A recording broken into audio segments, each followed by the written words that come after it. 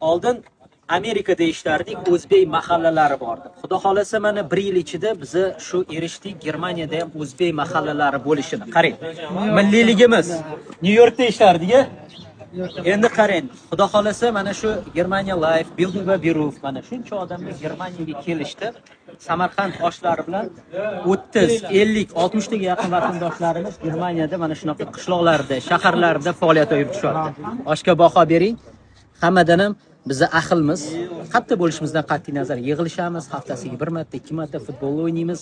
Hozir bizda mana orqamizda turgan nemislar ham ana osh chiqazuvdik, shunaqa xursand bo'lib ketdi. Sani ko'rgan даже nemislar ham ahilligimizga hayron qolyapti. Demak, biz katta bo'lishimizdan qat'iy nazar biz ahilmiz. Hammanglar kelsanglar mana shunaqa stolinglar hech bo'lmasa milliy oshimiz bo'lsin va Bavariyani qo'lga olamiz do'stlar. Tilni yaxshi o'rganinglar.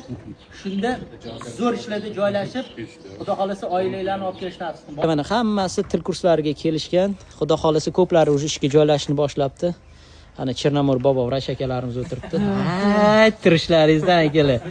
Hamma o'ziga yarasha qishloq xo'jaligidan boshlab turib, menimcha elektronika, mexatronika hammasidan bor akalar. Omad hammaga rahmat.